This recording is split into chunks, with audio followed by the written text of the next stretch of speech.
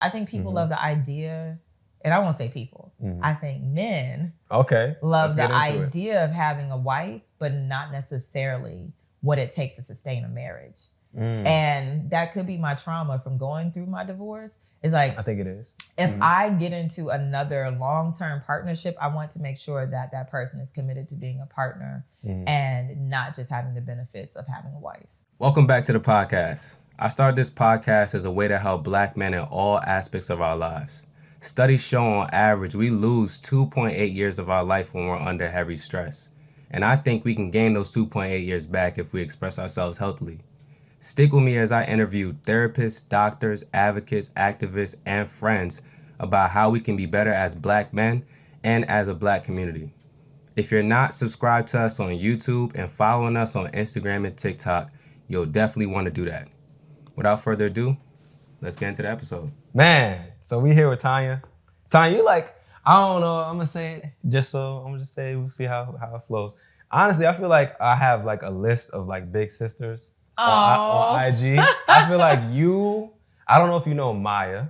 Maya Elias? Yes. Oh, that's my boo. Yeah. Maya is like another one. And then there's a few more that I'm like, yo, these are like my big sisters on IG. Because when I went on Instagram at first, when I first started the platform on Instagram, like I really didn't have a real idea of like, okay, how do we grow? What do we do? I had never seen like Black millionaires. I didn't know if it was even possible to do it off of what I was doing. So seeing you, Maya, other businesswomen, other Black men, a lot of y'all are out here in Atlanta. Just seeing y'all really helped to keep me inspired, and like seeing y'all support what we do and like all that kind of stuff really helped to keep me inspired. So it's an honor to be sitting here with you. It's beautiful to watch you grow. Since I can't remember when, I think it was like 2020 you came on my radar. I feel like we did the first interview in 2020. Yeah. And I was like, this is such a dope concept. So it's just so beautiful to watch it like grow legs and grow. And people send it to me. I be like, I'm glad you're watching. Yes. So with that being said, you've been in your healing bag a lot recently. And I love that because I think it's so important for us to talk about healing, not just at where we are right now, but like how it progresses as we grow and what we go through. And you had a post that you came out with. It was 38 lessons. Yeah, 38 lessons I've learned at 38. And one of the things that you said was confront your childhood trauma as soon as you can afford to. Can you explain why you felt like that was important? Like why was that one of the lessons that you wanted people to take away? Yeah, absolutely. It's so funny, that post is a year ago. It's like, I'm 39. So we all have some type of like trauma, you know, whether most people define trauma as something that has been like, could be like life altering in a way that, it's the end of a life, or, it changes how you think of things. It could be something slight. And I think that when we think about addressing our trauma as soon as we can afford to, that means working with somebody who can help you unpack it, no matter how minor it is. Because sometimes we're making decisions based on minor traumatic experiences and we don't realize we are. And so I know when I started my healing journey, and I say as soon as you can afford to, because it costs money to go through therapy, but it also costs like emotional time to unpack your stuff and move through it and do the work. Like going to therapy, sometimes you might be like, I need the rest of the day off. I can't go to work today. And you need that space and time to do your work. And so it's not just being able to afford the resources or the person who's going to help you through therapy. It's also the time and space that you need to actually do your work. Right. And I don't want people to think that you can't start your healing journey if you don't have money to hire a therapist. Right. Because as soon as you could afford to might look like getting books. Like I love Ayanna Van Zandt. Like that lady can write a book. Like regardless of what anybody else thinks about her theatrics on TV, that lady can write a book. And so I think that it's important to just start with the tools that you can afford to utilize and access, and then grow along that journey. But sometimes on that healing journey, you might realize you need advanced tools. So like me on my healing journey, for example, I started with a therapist. I started working with a therapist and like reading books and everything. And then I decided, outside of like mental therapy. I needed like spiritual and energetic therapy and maintenance. So my therapy then started incorporating someone who I work with. You know, some people are not into spiritual work or anything like that. More power to them if they're not. But for me, it's like I have to release some of this trauma that I've been storing in my body. And so I work with them to actually release it. I remember one of my most powerful healing sessions wasn't with a therapist. It was with my spiritual healer. And you know, she was like playing drums and like there was like sound therapy involved. And I'm like screaming at the top of my lungs, just like moving some of this stagnant, bitter energy that I had been storing in me, even though I've been in therapy for 3 years. Right. And so as soon as you can afford to means like as soon as you can afford the resources that you feel make sense on your journey. Right. So how would you suggest somebody get started with like some of that spiritual therapy and that other like energetic work that you did? Because we don't talk enough about that, and I don't talk enough about it either because I don't have enough like context to how to do it. So if you can like explain like how you got started with that, like that would be very helpful. You know, I actually came upon my first person. It's kind of like one of those. I used to live in Brooklyn, and so it was one of those little community festivals or whatever. Somebody was selling crystals, and they were doing like aura readings and everything else. And I started with that, and then it made me more curious, and I would say I became open to it. And I think that when you become open to things, they start to present themselves to you. And so my current healer I went to like a sound bowl meditation last year. And she was the one facilitating the sound bowl meditation. But up until then, I had been asking for someone here in Atlanta that I felt I could trust and that aligned with where I wanted to go to support me on the spiritual element of my journey. So a lot of it is like tapping in and just asking for what you need and then moving through that.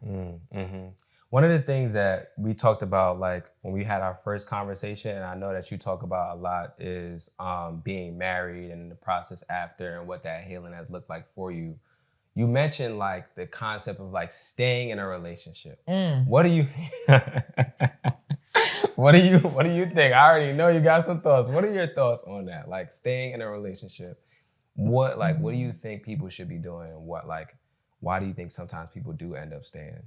Now, I think I think I might be becoming unconventional in my thoughts about like relationships and how long people should remain in relationships and what that should look like. And this comes from somebody whose parents are still married, been married for 43 years, going on year 44. Like they in it, you know? So like I've had that example, but I've had 2 divorces. My first husband, we lasted 6 months. The second one, we were together for 12 years. And I think when I exited that relationship or started to exit that relationship, I felt like I had failed. And a lot of my work at that time was looking at the end of a relationship differently. And so I think that when we look at the end of a relationship as failure, we want to stay because as people, we naturally want to win. Without understanding that sometimes relationships are just meant for a season or meant to get you to a certain point in your life. Like my first husband, I used to run track. So look at it like a relay race, right? My first husband was the first leg of my race. My second husband was like the second leg of my race. I don't intend to have 4 husbands, but yeah, that's not the I don't intend to run a full 4x1. But it is thinking like, okay, this was for this part of my journey. We walked this other part of my journey together and that came to an end. And now it's time to walk the next part of my journey.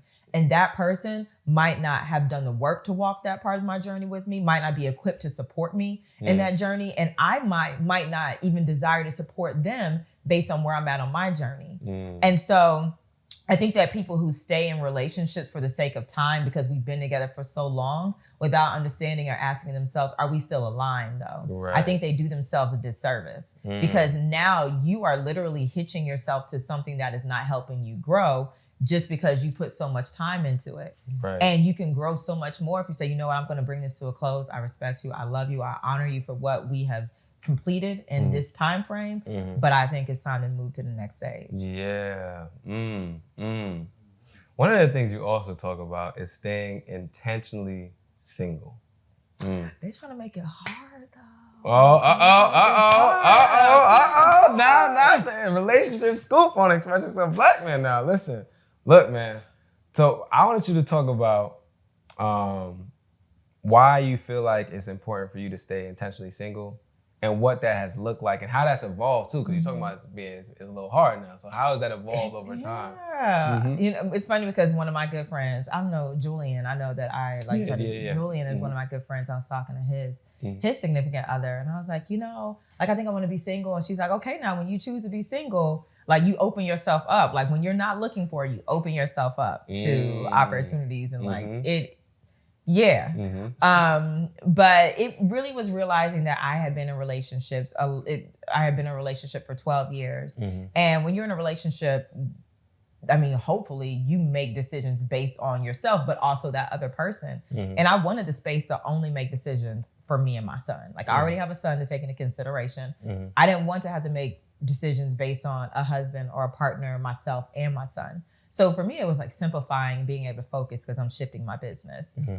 And I also wanted to make sure I did the work because, you know, it takes two to make a marriage. Like it takes two to create issues in a marriage. It's not like one person is the only person stirring the pot and the other person's perfect. Like I know that I contributed to some things that probably eroded my marriage as well. And so I wanted time to work on those. I wanted time to work on some of the things that I experienced during my marriage so that I wouldn't take it into the next relationship. And so intentionally single just means like I am really committed to working through my things and focusing on my things so that I can be very selfish about Tonya, like going on dates by myself, like going to concerts by myself, going to sit in the movies by myself, going on solo trips and everything like that. Because I think that it's beautiful to rediscover yourself, especially as you age, because you become so used to what everyone expects you to be instead of who you actually are. And that's how I want to enter my next relationship. It's who who are. I am, not who I'm expected to be, but who I am. Who did you think that, okay, now we're going to get into some deep questions. So I'm trying to figure out. We can go there. Yeah, we can go. Yeah, no, I really want to know, right? So like,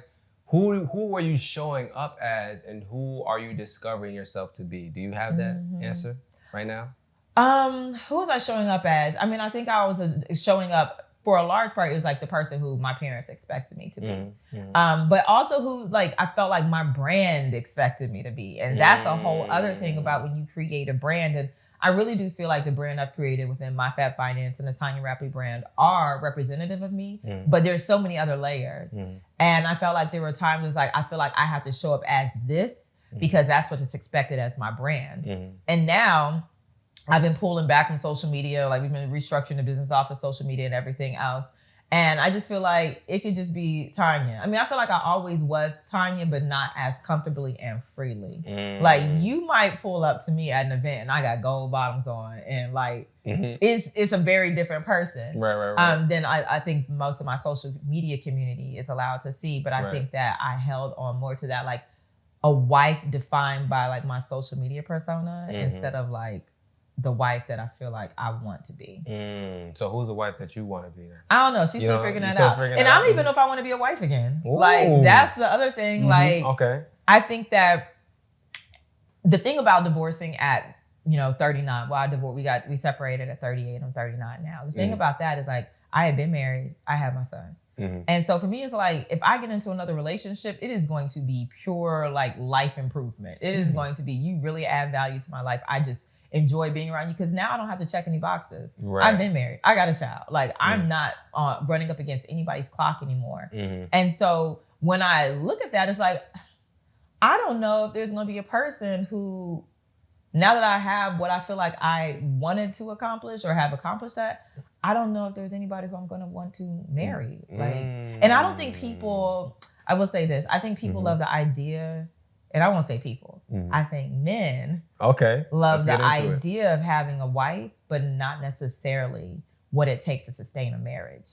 And that could be my trauma from going through my divorce. It's like, I think it is. If I get into another long-term partnership, I want to make sure that that person is committed to being a partner and not just having the benefits of having a wife.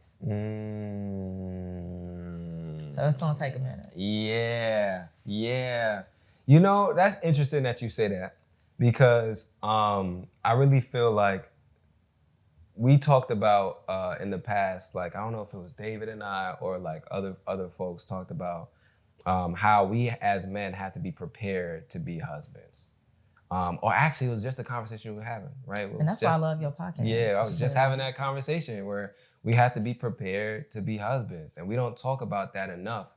And even women having to be prepared to be wives, right? Just like what that looks like, who prepares you, what are the processes you have to go through. So I resonate with that. I would say though, not all men, right? Oh, not right, all men. right. You always gotta add that, just so the people know, just so the fellas listening know, we're making sure we prove add me that, wrong, right? Prove me wrong. Listen, look, but you just mentioned that people are making you feel, or it's getting hard to stay intentionally single. The pressure is there. Is some people. The pressure is there. Okay, all right. The pressure is there. Listen, okay. Yeah, somebody's applying pressure right now. It is. Okay, yeah. I love to and see it's it. like for me, it's consistency, right? So it's like, okay, let's see if you're consistent with this. But okay. I do agree with you. But I think that women, we're more so trained to be wives, and men are trained to be husbands. Okay. Like, I remember my mother teaching me to cook at 12 years old. And she was like, you ain't gonna be no woman who don't know how to cook for your family.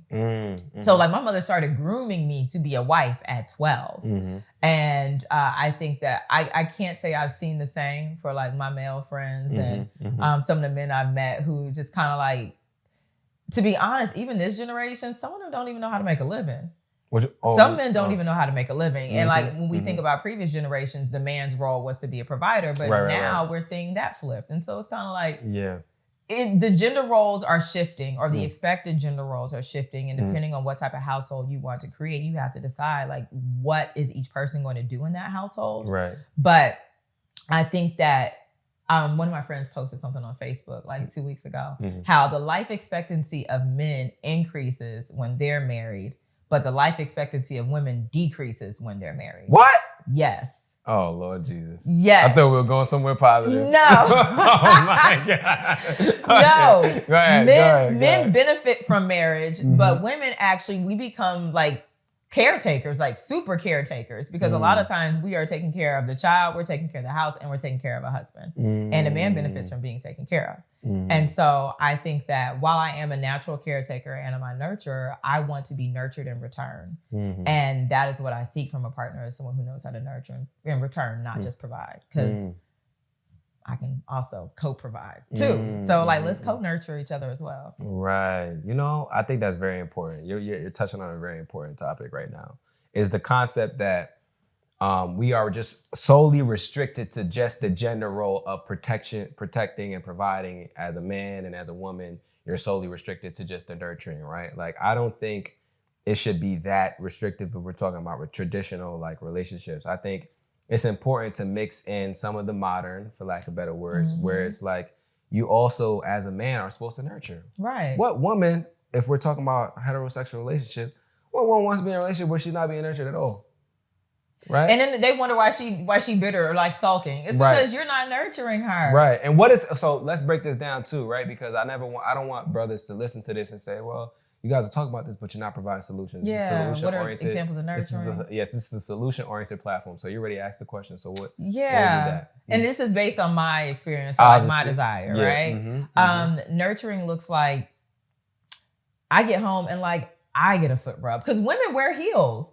Right. It's like, you wanted me to wear these cute heels out with you on this date. And like, granted, like they got uncomfortable towards the end of the night. Like nurturing looks like, babe, you look so amazing tonight. Like, come here and sit down. Like, let me just rub your feet.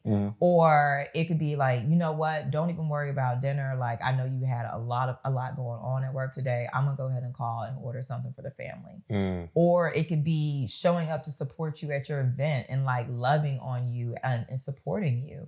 Or for me, it's like showing up to my event and loving on me and supporting me at my event. Nurture could be like, I enjoy doing something like hiking. So like, let's carve out time. Like, I'm going to create space and time to connect with you intentionally. And like, let's go on like a love affirmation hike where we just tell each other what we love about each other. Like, let me speak life into you. So it's a variety of things, but it's being intentional about seeing like what your partner likes and needs, and doing your best or being intentional about to provide that or create that. I like that. Listen, fellas, hope y'all taking notes for sure. Tell her to go on let's go on an affirmation walk. Let me tell you what I love about you. That's fire. I ain't gonna lie, that's fire. Or you could do that like at the end of a date. You know what I'm saying? You're driving that person home. you stop and you're like, I just want to tell you a couple things. Right. Right? Me and my girl, one of our best dates was a spontaneous date. We didn't even really do anything. I think we got food, and when we got back, we were just sitting in the car. And we were playing music, one of her playlists, like she had like love songs. And we're just talking about, I want to play this at the wedding. I want to do this. I want to do that. And we just spent that intentional time just kind of like sitting through and just like kind of like affirming each other while also connecting through music and some of the things that she liked. And I think those are things that we kind of miss out on doing as men, because sometimes we're so focused on like, how do I curate this like perfect date experience, when the point of a date is to create intimacy. Yeah. You get what I'm saying? So exactly. it shouldn't really be, how do I create this perfect date? Is how can I create an environment where we can be intimate? Right, and because watching a movie is not intimate. We want to watch a movie, like that's not really intimate. Going to dinner, if you're going to a restaurant setting, then you can always say like create your intimacy bubble, right? Like lock eyes and just like me and you here, like we don't see none of these other people here. Like let's just create our intimate bubble. But for the most part, that's not really intimate either. So intimacy is based on listening and communication. Yeah. And that's nurturing, to feel like the person who I choose to see sees me. Like that's nurturing. Like one thing somebody did is I post flowers on my Instagram stories every single week. I buy myself flowers as part of my self-care ritual. Been doing it since like maybe April. So every week I buy flowers and I post this week's flowers. Of all the men who have like taken me out on dates or like who are trying to court me, who look at my Instagram stories and everything, one gentleman doesn't even follow me on Instagram. Heard me say it in a conversation, like just like in a conversation, like I was going to the store. I was like, I got to pick up my flowers for the week or whatever. Like that was it. And like brought flowers to the next date.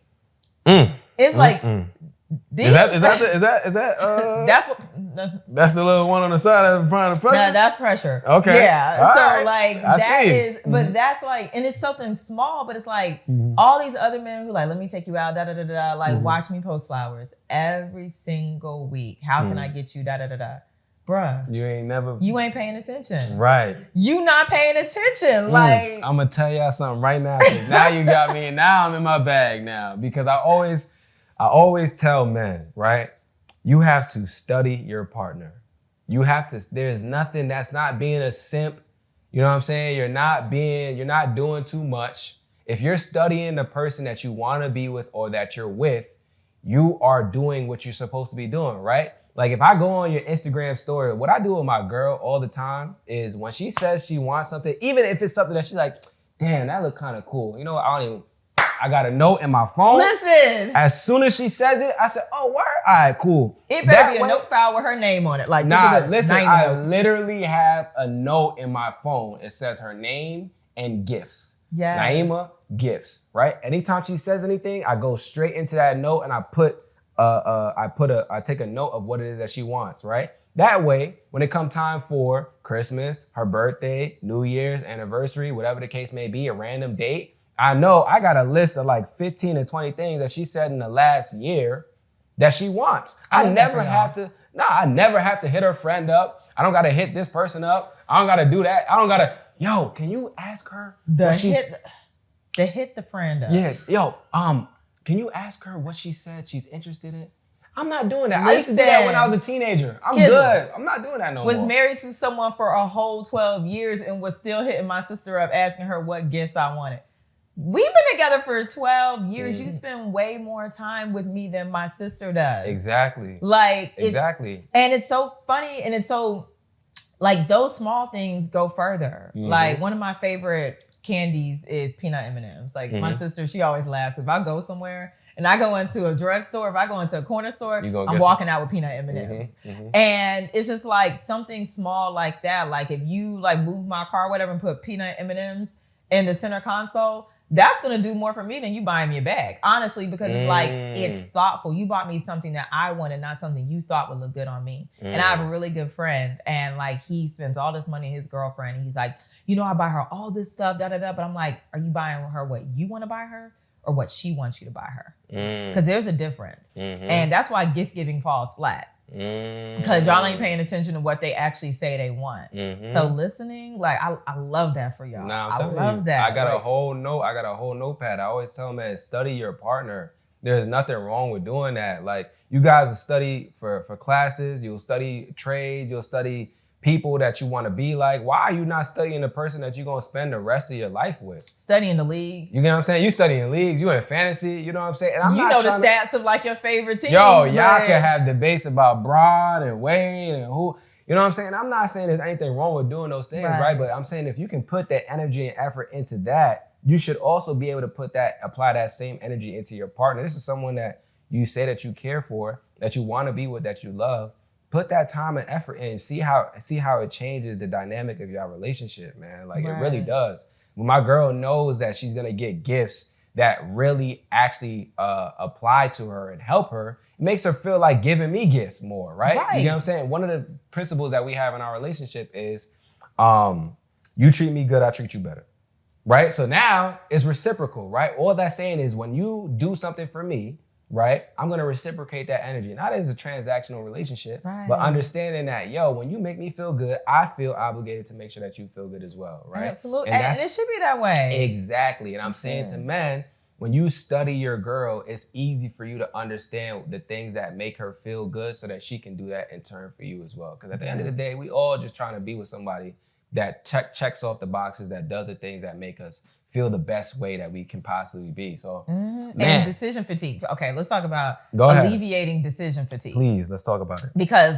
I think that's something that both partners can do for one another, is alleviating the decision fatigue and being more amicable, right? Because some people don't like decisions made for them. But it's just like, be grateful. And if they make a decision, just be grateful, especially if you're someone who's complaining or a woman who's complaining about like, I have to make all the decisions and everything else. Well, maybe you have to make all the decisions because he's made decisions before and you didn't respond the way he wanted you to, or it became an issue. But I would say like one of the things I enjoyed about dating is like the men who would take initiative and say, okay, like one thing a guy did, he was like, you got 3 options. Like, no, he said, choose a number between 1 to 10. And I chose a number. He's like, okay, we're doing this tonight. And it was like, he had all these options lined out. And he was like, we're doing this tonight. Show up here, da, da, da, da. And it was just like, it wasn't like what you into, what you like to do or anything like that. And it was really nice to not have to make a decision and be like, okay, well, what are we going to eat or anything like that. It was just like the decision is made. And I feel like men want women to be submissive, but like put women in, give them an opportunity to be like, okay, I'm listening. Like, let's, whatever, like, okay, I'm gonna be there. So you're saying give women an opportunity to be submissive is what you're saying? Yes. Ooh. Yes.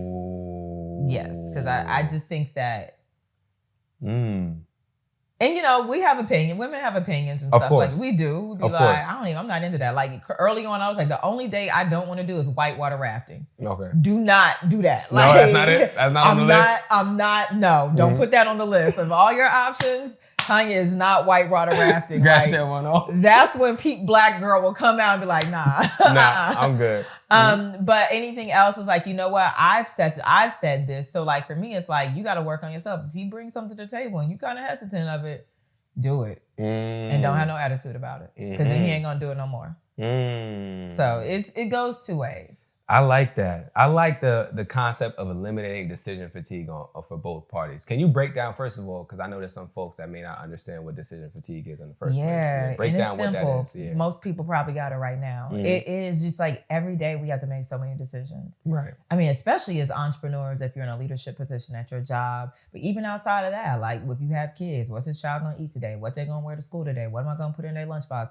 Like I feel like by the time I get out the door from taking my son to school, I have made so many decisions. Yeah. And that's just like within a 2-hour period. Then I log into work and I'm making decisions based on that. And I have to decide what we're going to eat for the night. And I have to decide this. And it's just so many decisions that we have to make throughout the day. Sometimes you just want somebody to be like, look, this is mine made up. Here you go. This is what you're doing. Sometimes you actually want that. Like just tell me where to go.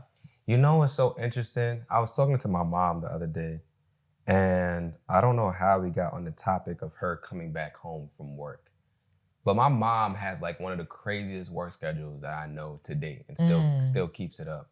She wakes up at like 4:30 a.m. Then she's traveling in New York. She's commuting to work, which is like an hour and a half. She gets to work around like 6 a.m. And then most days, I'm being honest with you, it sounds crazy, most days she's not home before 7 p.m. And 7 p.m., 7 p.m. is like stretching it. That's exhausting. Exhausting, That right? is exhausting. Exhausting. As a child, Every day? Every week, every weekday, right? As a child, I never used to understand, why is mommy so mad and anxious and like, well, I didn't know anxious was even a word. I just knew my mom is mad when she gets home. Why is she always nagging about us not doing the dishes or us not putting stuff away and blah, blah, blah. And part of it is the decision fatigue. You've been at work all day. You've had to make all these decisions. You know what I'm saying? Like, you tried to prepare the house in a way that could be as simple as possible for us, even though you had all this stuff going on.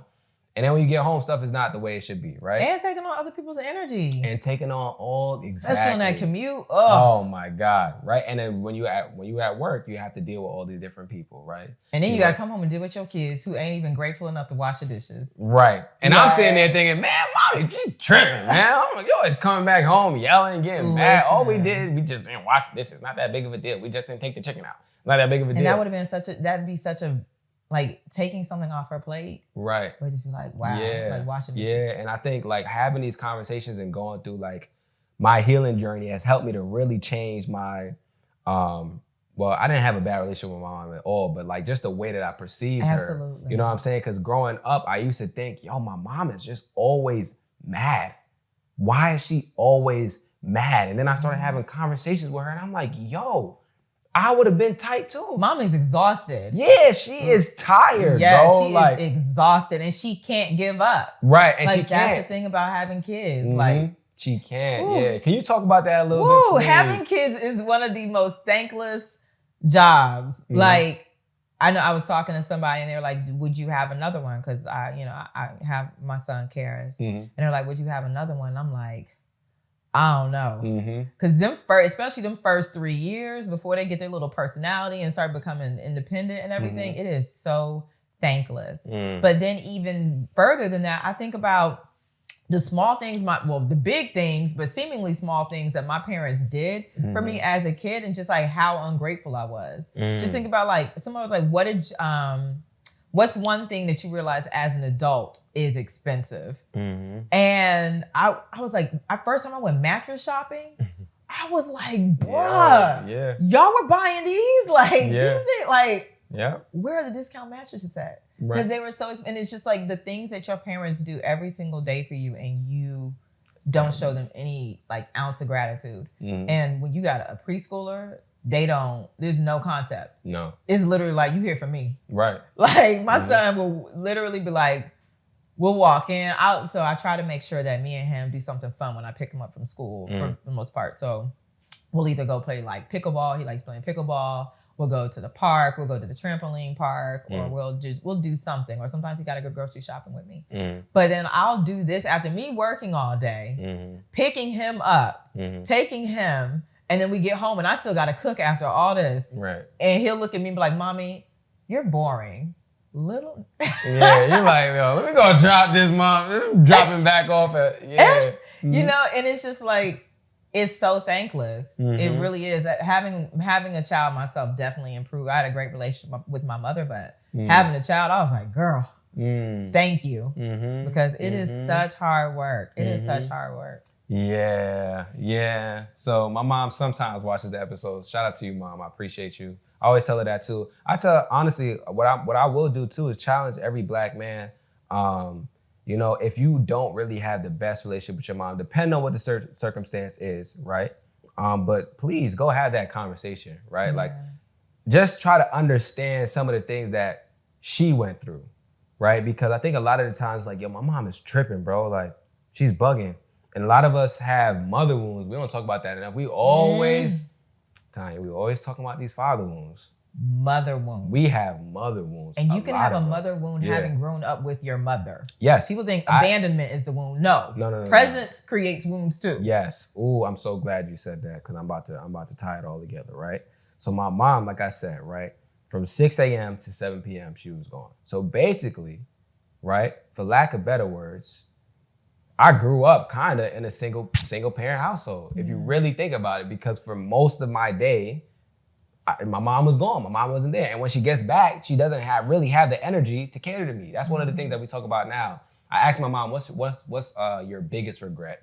in life. I just wanted to, we always have conversations. I just wanted to understand, what's your biggest regret? Like, and she said, not being there for you guys, but I would do it again. And the reason why is because she had to work. You know what I'm saying? And it is one of her biggest regrets, but she would do it again because she had to work. My mom was the breadwinner in our family. Like what else did you have? Right. My dad immigrated from Trinidad and Tobago. Even though he's Ghanaian, he had hopped around to a bunch of different countries. This man was, you know what I'm saying, he was working, right? And he immigrated, he wasn't really able to get a job, so my mom was the one that was the breadwinner in the household. That's the reason why she wasn't around. That's the reason why she worked those shifts. And so that led to kind of a mother wound as I grew up, because I'm thinking to myself, like, I don't really get the physical love that I need at home, right? So now I'm looking for it in all these different relationships. I'm looking for it in all these different women. And when I started going through my healing journey, I started realizing, like, yo, part of this is because of your relationship with your mom. And so that kind of led to resentment as well. Cause I'm like, damn, why wasn't my mom there? Blah, blah, blah. So I had to go through that process too. You know what I'm saying? Of understanding, like, yo, bro, your mom was there because she had to literally take care of you, right? Like, while she didn't give you that physical love, her loving you was doing those 6 a.m. to 7 p.m. shifts. Like being there all. You know what I'm saying? Yeah. If someone don't love you, I ain't doing no 6 a.m. to 7 p.m. No. I wish that, like, because I wish that more people had like the opportunity to experience like both, right? Like a hardworking parent, and that it didn't mean that the parent wasn't able to be as loving as they would have hoped, because it does happen to quite a few people. Yeah. I've been talking to cousins, like me and my cousins, we went on a trip and we were talking about that. And it's so funny because all our parents grew up in the same household. We're all first cousins. And we took a first cousins trip and our parents grew up in the same household. But like my mother is so different from like her brothers, and her brothers weren't the most loving. Like one of my cousins was like, yeah, I never heard my dad say I love you. And I'm like, for real? Like that's my mom's brother. Yeah. My mom said it every day. How was he not? Yeah. And it's just, it's very interesting how experiences can span and how important it is to feel loved and not have to, as a child, like just infer love. Like they love me because they do this. As a child, children don't have that capacity. Like they need to see and feel it. They can't say, well, because they're doing this, that means they love me. Yeah. So it's like we have that grace and we understand, but it also is, I think, for us, because some of us need to work differently, but some of us still work hard. It's like still prioritizing, like, yes, you are doing this because you love your children. So communicate that to them and make them feel loved when you come home. Yes, you're tired, but Mike, go in that room and just hug them. And your mom be like, I did this all for you. It's just important. I have a question for you. Yeah, go ahead. This is a hypothetical, because I was having dinner with someone the other day and we were talking about this. Okay, so do you think in a co-parenting dynamic, right? Say there's a couple, you've had a child and you've separated. Yeah. Do you think that it is your job as a father of that child to show that child how to love the mother that you created that child with? Even if you're not together anymore. Yeah, why wouldn't it be my job? All right, I'm interrupting this podcast episode to let you guys know to leave a review on the podcast. Please, please, please, if you are listening to this episode and you're finding value in this episode, you're enjoying the conversation, or you've enjoyed a previous episode or conversation, and it's safe to operate your phone right now, please leave us a review. Your review is a free and easy way to support us, and it helps us reach more people like you. We're on a mission to build a stronger, more connected Black community, starting with Black men. And you can help us on that mission by taking a minute out of your day to leave a review. Your review helps us generate more listeners, which in turn generates more revenue, allowing us to expand the platform even further. So please take a few seconds out of your day. I know you're busy. I understand. I know you're doing a lot, but it will help us greatly if you would just take a few seconds out of your day to leave a review right now. Did you leave a review yet? All right, let's get back to the episode. It's interesting because I've heard men say the opposite, like, nah, she got to find another man to do it. What? Yes. No, okay, hold on. Hold on. I wholeheartedly disagree. I don't even care what the relationship is that you have with that woman. You decided to have a child with that woman.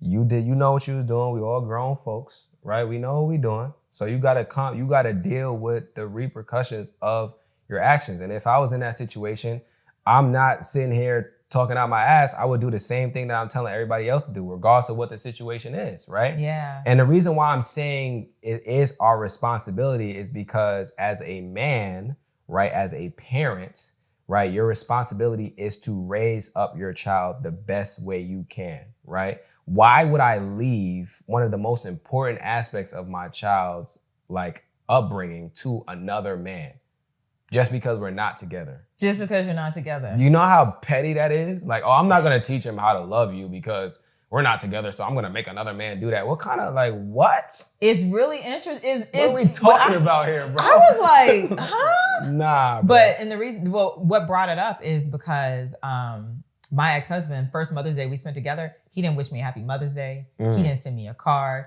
He didn't do any, he didn't even acknowledge me on that day. And I had to call him like, that's unacceptable.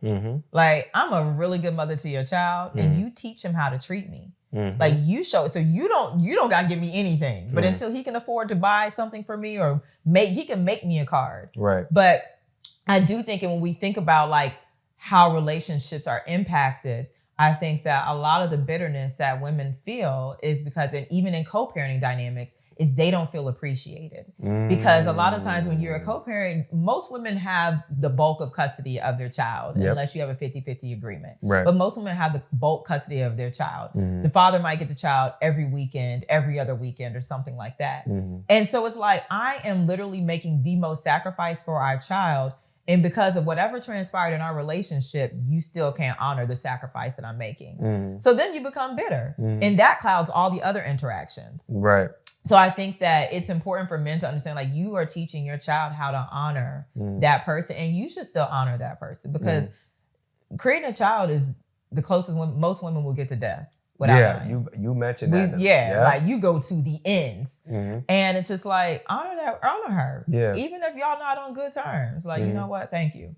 Thank you. And the reason why I'm gonna reframe it for a lot of men, it's not even about honoring y'all. It's about understanding, like, if you don't have the greatest relationship with your co-parent, understand that at the end of the day, you love your child. Like, I'm assuming every parent loves their child, right?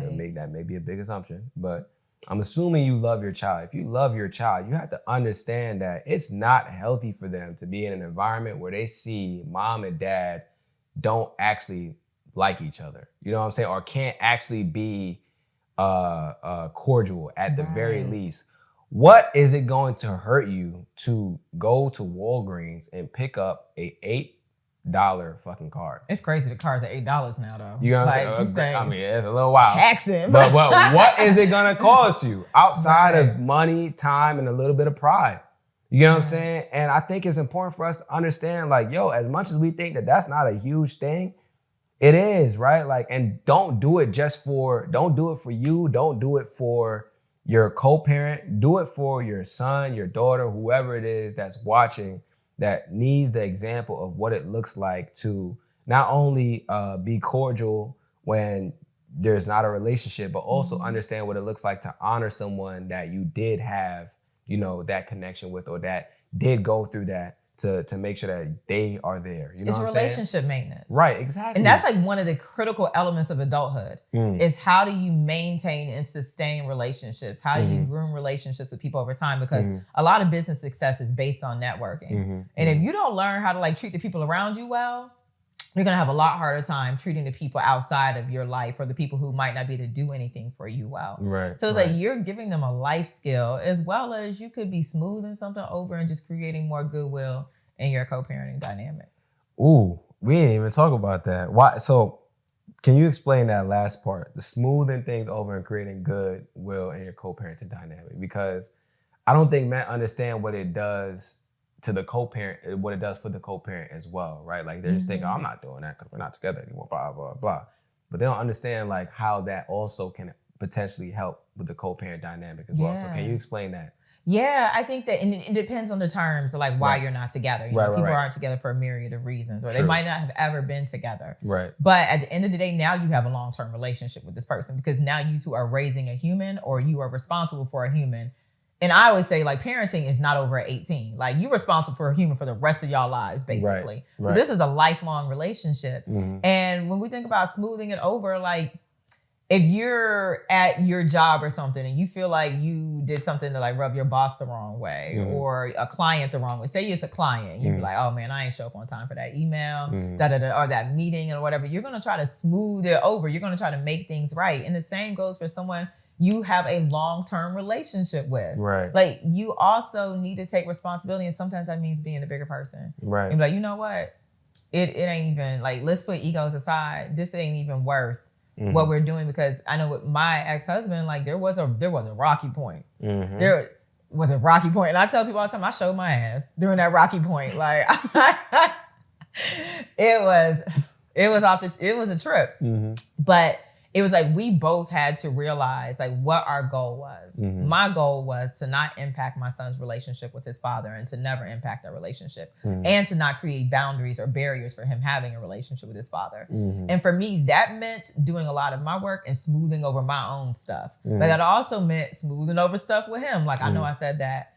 I apologize. I know I did that. I apologize. This is where I was coming from when I said that or did that. And he was able to also communicate where he was coming from. And we were able to realize like we were both hurt and we were hurting each other, but in turn we were creating stress in our co-parenting relationship because we were trying to hurt each other. And now we got to interact. And now we don't like each other, but we still have to interact because we have this child together. Right. So it just goes a long way. Just kind of like, you know what? I know this is actually probably how I want to react. But what's the best way to react, create the best outcome? So where would you say y'all are at now, or is that? We're dope now. Oh, I love it. We're in a great place now. Like we both, like I just started playing golf. He has been a golfer like even before our relationship, and he recommended. He was like, I take him out to play golf with me. Would you consider? And I was like, no, I ain't playing no golf. Like initially, and now I'm out here playing golf 3 times a week. And I sent him a thing today. Like I would go to the same range, and the guy was like, "Where's your son? He was with his dad last week," and we were laughing about it. Like we actually are in a good place now. But one of the things that helped me get to that place, and I think that could help someone else who might, maybe the mother of your child cheated on you, or maybe you feel like she left you when she shouldn't have. The book I read was called Radical Forgiveness. And once I started practicing radical forgiveness, I was able to move past anything negative that had happened in our relationship and just see it as that was that chapter. It brought me to where I am now, and it had to happen to bring me to where I am now. So where do we go from here? Instead of just like carrying it, well, you did this, you did that, you did this. No, he was who he needed to be. For you to get the lessons you needed to get, for you to move through what you needed to move through, because you weren't supposed to be with him. And that was to get you out of the situation. And so be thankful that it happened that way and that he was exactly who he needed to be. And that moved, that just lifted so much off of me when I was like, nah, he didn't do me wrong. He was being exactly who he needed to be. Being cheated on, man. Oh, Lord Jesus. Yeah, I've been through it. Yes, and you're vocal about it, but look where it brought you. Yeah, what's so interesting, man? Whenever I think about being cheated on, and I know people may think I'm capping when I say this, I say, that's one of the biggest blessings of my life. In a moment, I'm like, God, why the hell would you put me through this? What did I, you know what I'm saying? I'm like, yo, no, you can laugh, bro. I'm like, what the hell did I do? You know what I'm saying? Like, yo, I'm out here just trying to live my life the right way. I'm not trying to cheat. I'm not trying to do nothing wrong. And I'm getting cheated on. Like, I don't deserve this. That's what I'm saying. I'm like, God, nah, we got beef, bro. I wasn't understanding. And then when I started to go through my journey and really focus on myself and go through the stages afterwards, I was like, oh, okay.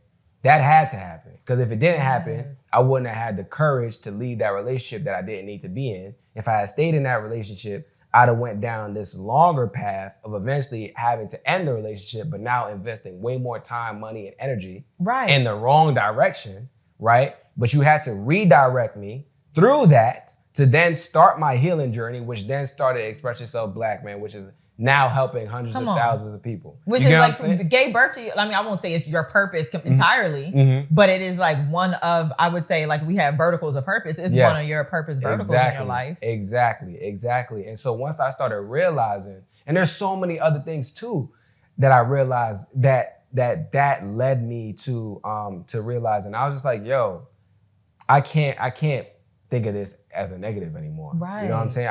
when I think about being cheated on, I don't have any like animosity. I'm not like, yo, I cannot believe she did that, da-da-da. Matter of fact, I have my moments sometimes. I'm like, it is cool, you know what I'm saying? will. But sometimes I'm like, because we're human, right? But at the end of the day, when I really do think about it, for the most part, I'm like, yo, I'm glad that happened because it had to happen that way. Right. You know what I'm saying? So yeah, man, for any of y'all that's going through the cheating on thing, I feel you. I understand. And a lot of men be getting cheated on, but we don't talk about it. Really? Yeah, you know what's so wild? Yes. When we out here doing anything, I ain't gonna lie. Yes, men be getting cheated on. We do not talk about it. I'm gonna put this up. I only know one woman who's like a rampant cheater. Like only one. I don't like. Yeah. I only know one. Man. I'm gonna put this up as a clip, and I'm just gonna say in the comments. Let me know if you've ever been cheated on. You know what I'm saying? Maybe you don't have to throw it in the comments. You can throw it in the DMs or whatever. But because a lot of times men don't like talking about that. They don't like making it known that I've actually experienced that because it's an ego hit for us. Right? Because for us, it's like you're supposed to get in a relationship and your relationship is supposed to last and you're supposed to be the macho man and everything is supposed to do well. When you get cheated on, it's like ripping off that mask that we always wear of having to, of us feeling like everything is perfect, basically. Right? Of us feeling like we're always good. You get cheated on, it's like, shit, damn. You know what I'm saying? And so for us, it's like, damn. I don't want to talk about this because then that means that potentially I could have been doing something wrong or I wasn't doing what I was supposed to be doing, blah, blah. Or I wasn't handling business. Yeah, I wasn't handling business. You get what I'm saying? Right? So for a lot of us, it can be a little bit stigmatized to talk about getting cheated on. But I talk about it openly because I'm like, listen, man, it happened. It is what it is. And it's not my fault. I don't blame myself. That's another thing. A lot of men blame themselves for being cheated on. It's not your fault that you got cheated on.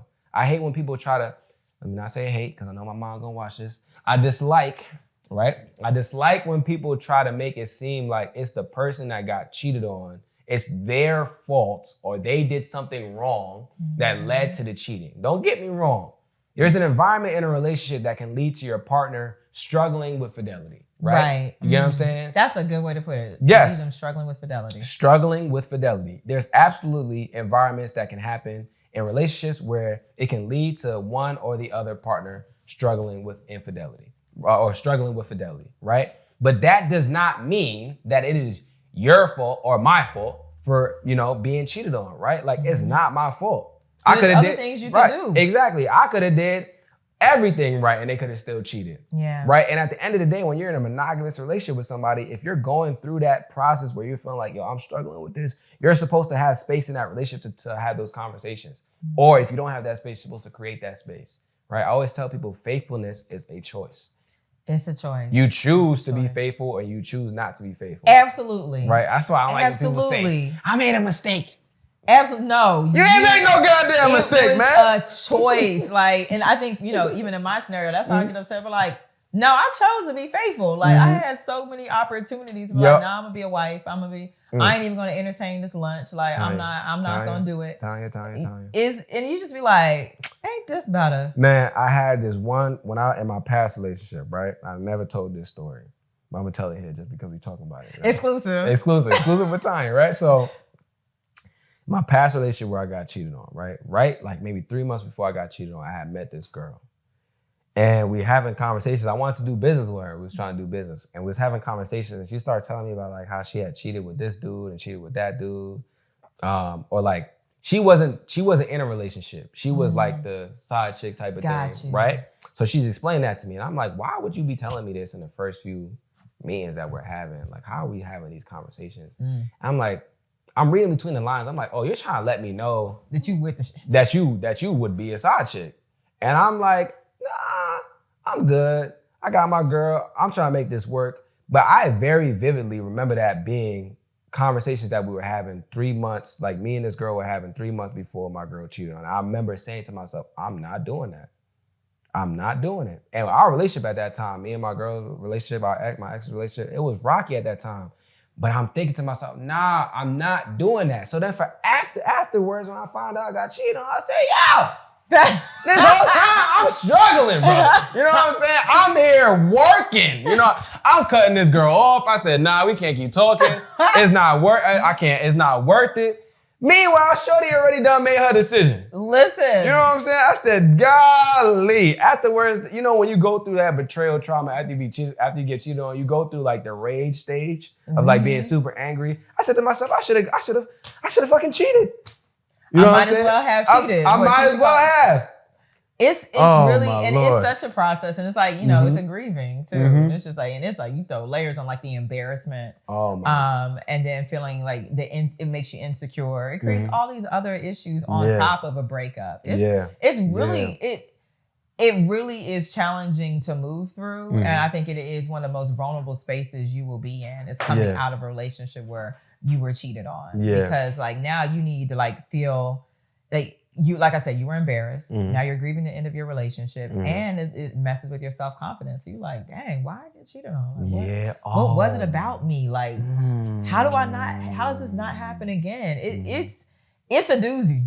It's a doozy. And I think that, you know, for me, what it is, like when I enter a relationship with someone, I've only cheated on one person in my entire life. Wasn't anybody I was married to. It was definitely when I was younger. I ain't saying no names who got cheated on. But it was a one-time thing, and I felt so awful. And I was like, I'm never doing this again. I'm never doing this to anybody again, because I don't want to carry this in my relationship. And then now as someone who has been at the other end or been cheated on, it's just like, I don't want anybody to feel like this. Right. Like, I don't want anyone who I love or say I love to feel like this, because it's not easy, man. Yeah. Just had a conversation. It's not easy. You really do have to have those conversations. I just talked to Dr. Tart.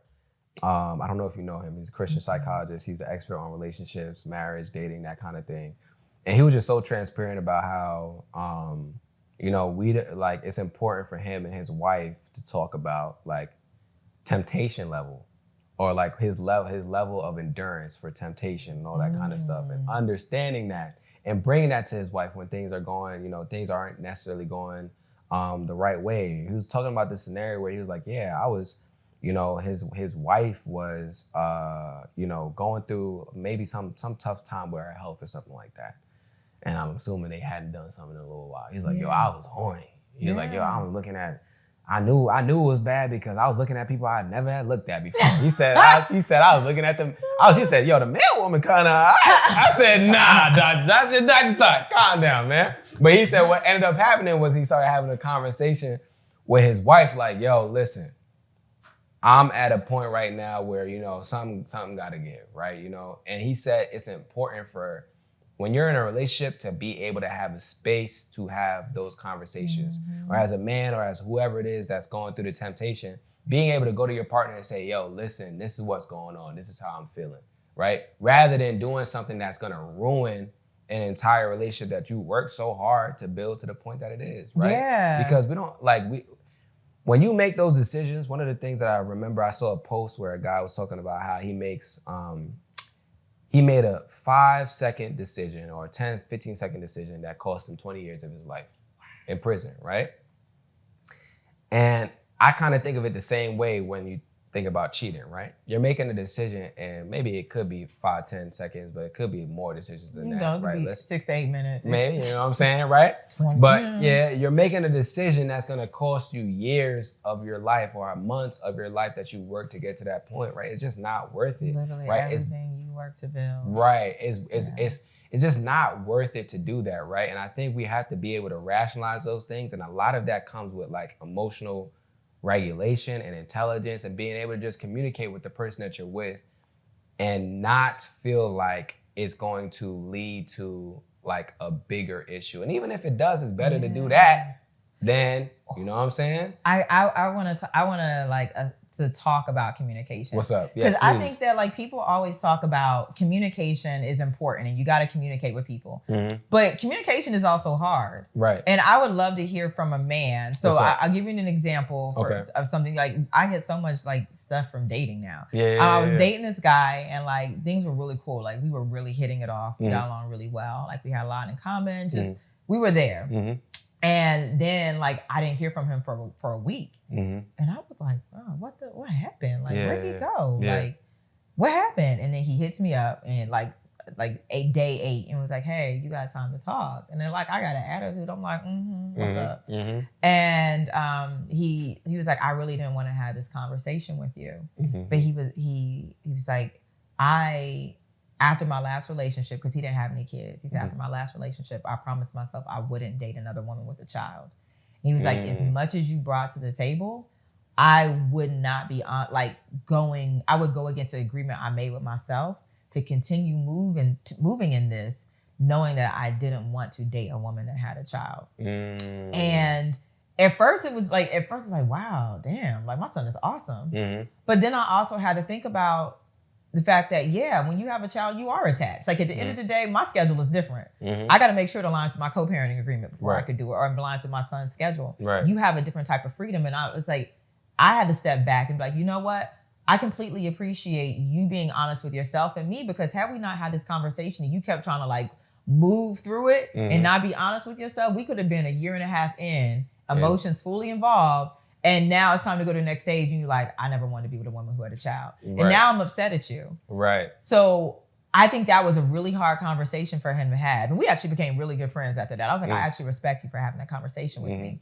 But I wonder, like, what do you think it would take a man, or what would you suggest to a man who has to have a conversation that he knows he needs to have, but it's going to be uncomfortable? That is a great question. Do you have a podcast? No, I don't. Tonya, you need to start something, man. You need to start something. Listen, if there's anything I can do to help you, I always tell everybody, let me know. I'll give you all the game, everything that I do, because that's you've asked some good questions today. So what would I tell a man that has to have a difficult conversation but is struggling to have the conversation? A couple of things that I do when I have to have a difficult conversation.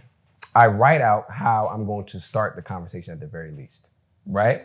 Because the start of the conversation is very important, right? How do you introduce this conversation? When you know how you're going to start the conversation, it makes it easier to navigate into the conversation. A lot of times we're uncomfortable and we fear the conversation because we're not sure how it's going to go. But when you know that you need to have the conversation, you can kind of, for the most part, you can't control how the other person is going to respond, but you can at least control how you start it, right? So I'll write out like how I started and what points I want to hit, right? And then, also structuring like, what are the rules of engagement? You know what I'm saying? You can put that in the beginning as well, right? So like if I had to have a difficult conversation with you, I would sit down and be like, yo, Tonya, I want to talk to you about something real quick before we even get into it. I just want to establish like how we should have this conversation real quick, right? It's assertive communication. Sometimes men struggle with that, right? As much as we want to say that we're masculine, man, we struggle sometimes with assertive communication, right? Assertive communication is, hey, yo, Tonya, we're not going to be arguing back and forth. Right, I'm establishing the rules of engagement, right? We're not going to talk over each other. I'm not going to talk over you. I'm going to let you finish, and you're going to let me finish, right? Once you do that, you've already set the boundaries for the conversation to make sure that you can kind of structure it in a way where it doesn't, for the most part, it doesn't lead to you guys yelling back and forth. Because that's what most men are afraid of. They're afraid if I bring this up, she's going to go fucking crazy.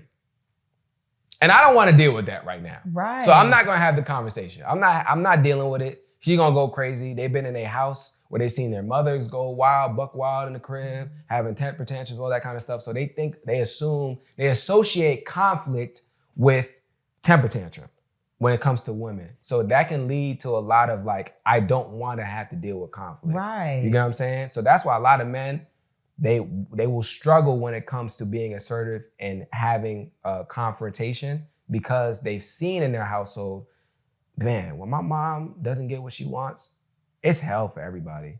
They associate that with having conflict. So the way to kind of get around that is understanding you are a grown man. You can set the rules of engagement, and if it's not working for you, you can always walk away. So setting the rules of engagement, setting up how to start the conversation, structuring out the points I want to hit.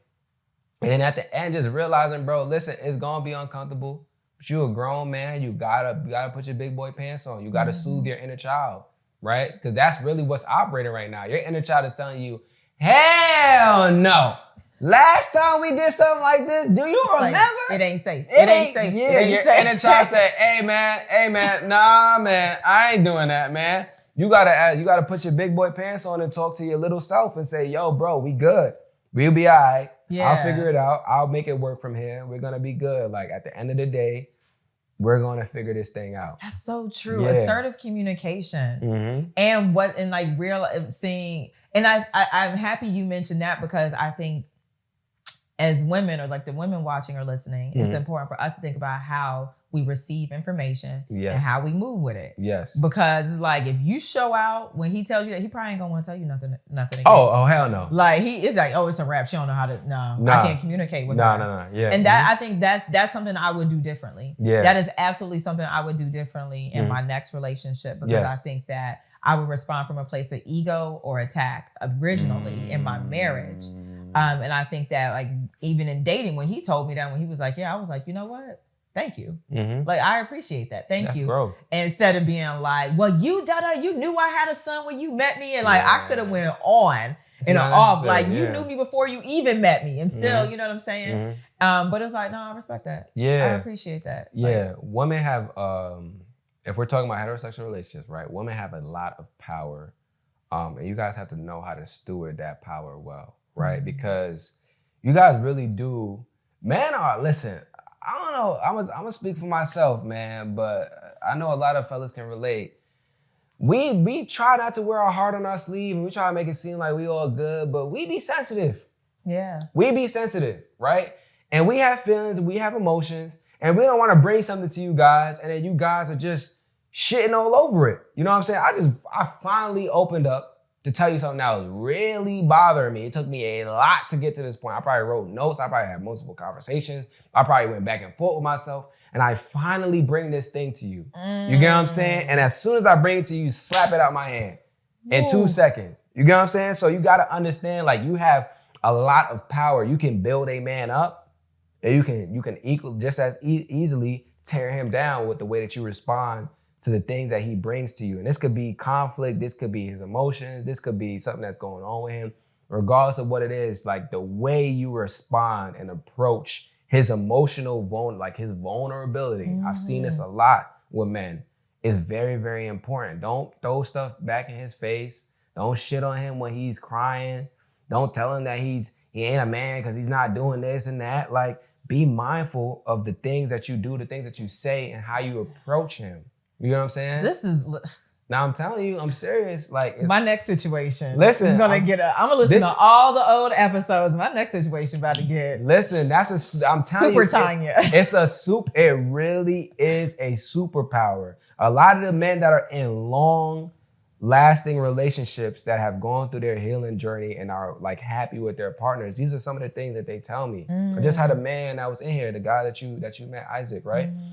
He was talking about how when he met his wife, Santia, he was at like one of his, kind of like a real low point. He was going through his healing journey. But one of the things that really helped him and their relationship was the fact that they both like had these conversations and she was open. And it just felt like he had someone that was there that kind of checked off all the boxes. One of the things I was talking to Dr. Tart about, or actually Mr. J, I was talking yesterday with Mr. J about his wife and how she helps support him, right? People that are in successful, healthy relationships, the relationships that are working, the man, for the most part, feels supported and respected by his partner. He doesn't feel like if I go to her with this, she gonna black on me.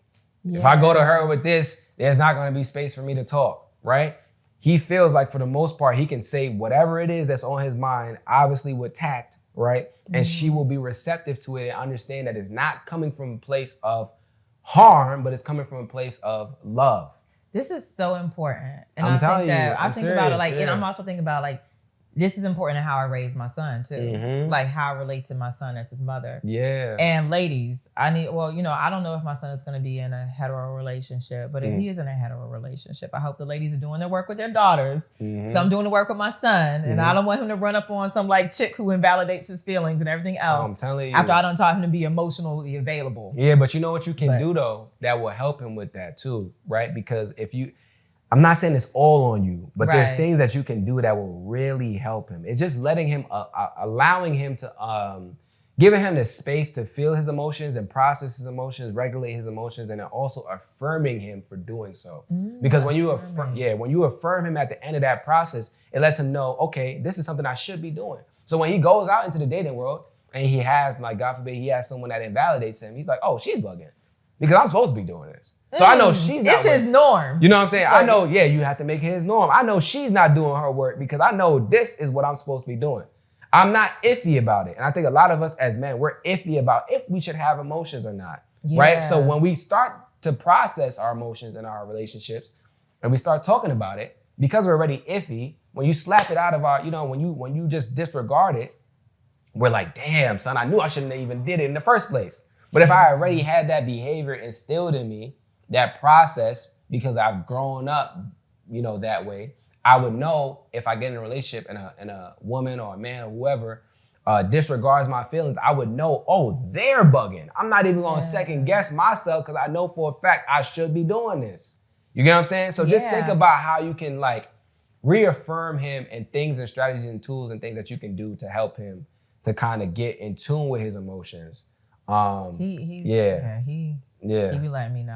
I'm sure. He be letting me know. He's my teacher too, but it's always like, I just want to make sure that he has the tools that he needs. Yeah. It's a lot of men who don't have the tools, and some of them are being damaged by women who think that they're raising men, but it's like toxic masculinity that they're instilling in them, or they're raising them to be emotionless, or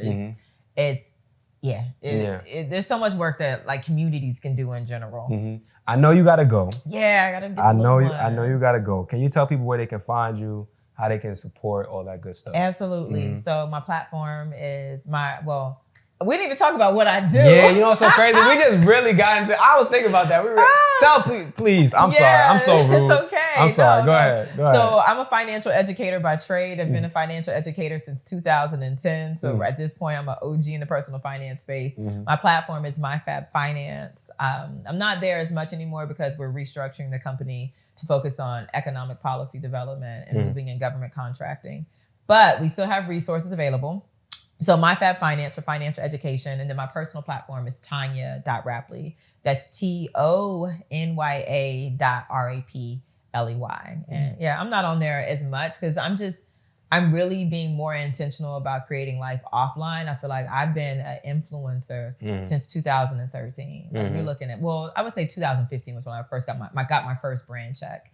And so now I'm like, what does it look like to create a life outside of social media? And what does it look like to create a business outside of social media and be less beholden to the algorithm? Right. So it's like, so what the algorithm changed? My money ain't changing. Like just because the algorithm changed don't mean my money got to change. Like that's the season. But every now and again, I'll pop up there with some golf. Now I'm into golf, or I'll pop up there with something about my motherhood journey or a business opportunity. I recently became an associate professor at the City University of New York, launching their financial literacy certificate program. I did see that. Okay. We work with the Sean Carter Foundation all summer on their financial literacy curriculum. So also creating ways to be impactful in communities, because that's why I started this work. I love it. To impact communities. I love it. Tonya, I'm so happy. We did our last podcast during the pandemic. So thank you so much for being here. This has been a dope conversation. I appreciate you. Absolutely. I'm such a fan. Thank you so much for watching this episode. If you are planning an event or you are part of your organization's Black employee group and you are interested in having dope Black mental health professionals or myself come in and do a speaking engagement or a workshop or a keynote address or a panel, please click the link in our bio on Instagram or TikTok, scroll down and click book us for speaking and brand deals and fill out the form available on our website. Once you fill out the form, one of our team members will get back to you about how we can collaborate and create something dope for your organization. This is an unparalleled opportunity. We are currently the largest Black men's mental health platform, and we have a few slots available for our calendar year, and we would love to partner with you to create something dope for your organization if it makes sense for both parties, right? So go to the link in our bio, scroll down, click book us for speaking and brand deals, and fill out that form. If you're not on Instagram, the link should be linked in our description of this episode. And it is also on our website. If you go to expressyourselfblackman.com/speaking-brand-deals. That's expressyourselfblackman.com/speaking-brand-deals. If you are looking for a therapist, a Black therapist, and you've had a hard time finding one, you've jumped from therapist to therapist, or you just don't know how to find a therapist, We are teaching a free webinar. It's completely free, taking you from not knowing how to find a therapist, not knowing where to search for therapists, struggling with finding good therapists for you, not knowing what to look for in therapists, teaching you all of those different things, and also giving you the opportunity at the end of the webinar to be connected with one of our safe haven healers who are Black mental health professionals, so that you do not have to go through the struggles of finding a Black therapist alone anymore, right? So if you're interested in that, you want to get connected with a Black mental health professional at the end of the webinar, or you just want to learn how to find a Black therapist by yourself, you can sign up for the free webinar. It's linked in our bio on Instagram and TikTok. You just click that free webinar link once you click the link in our bio and fill out the form. You can also find it on our website at expressyourselfblackman.com/links and fill out the form there for our next webinar session. If you're not interested in any of that, right, but you know someone that may be interested in it, all we ask is that you please share it. If you want some of the merch that we show on the platform all the time, that we're wearing on the platform all the time, you can shop it at shop.expressyourselfblackman.com. And once again, we just want to say thank you so much for watching this episode. Thank you so much for supporting us. Please, if you are on YouTube, leave a like, subscribe, comment. If you're listening to this on an audio platform, please leave a review. It helps us out greatly. Thank you so much for your support. We're wishing you nothing but the best and sending you and your family and your loved ones love and light. Peace. Sometimes I know you feel like you ain't got nobody to speak to. A shoulder to lean on somebody you could preach to. No, you need to hear it, my brother, I love you. We got way too much to live for. We got way too much to live for.